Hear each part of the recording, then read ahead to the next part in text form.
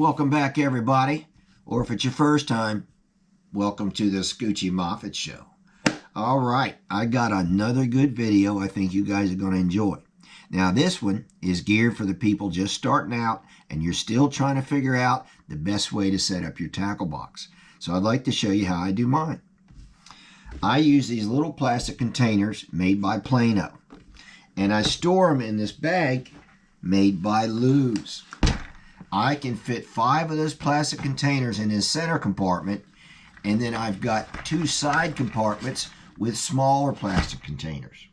It's also got this cool area in the back where I can keep all my soft plastics, and we've got another pouch in the front where I keep my Band-Aids, my sunglasses, my reading glasses, chapstick, sunscreen, things like that.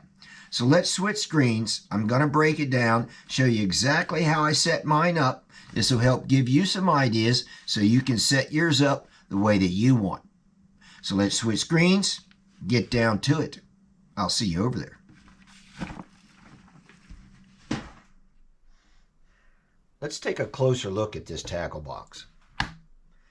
Now, Plano makes a tackle box that's about yay big. But this is the tackle box that fits in that bag I showed earlier. So these are the boxes I use when I go fishing. And at first glance, you can see there's 2 sides. You've got a wide compartment on this side and 4 separate narrow compartments on the other side. I put all my spinnerbaits on the big side.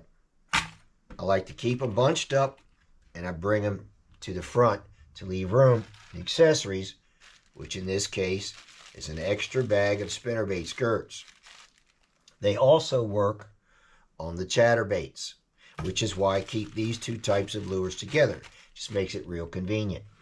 And then on top of the skirts, I'm going to put a bag of my favorite trailers. Sometimes I have different ones in here. They come in different sizes, shapes, colors. But right now I'm all about this paddle tail fire crawl trailer. So I'm going to keep those on top of the skirts. And then on top of that, I drop a little package of these little plastic sleeves that I make. I call these keepers. I cut these out of vinyl tubing.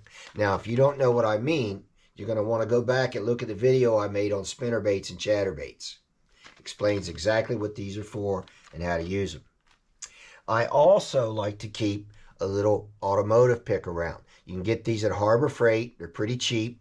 They come in a pack of 3 or 4.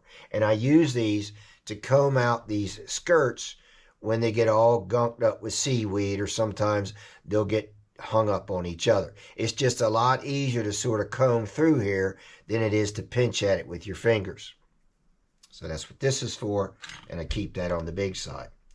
Now, when I'm laying my chatterbaits down in these slots, I like to drag them in like that, because the tails gather themselves up, they don't get hung up on each other, and they just lay down in there real nice.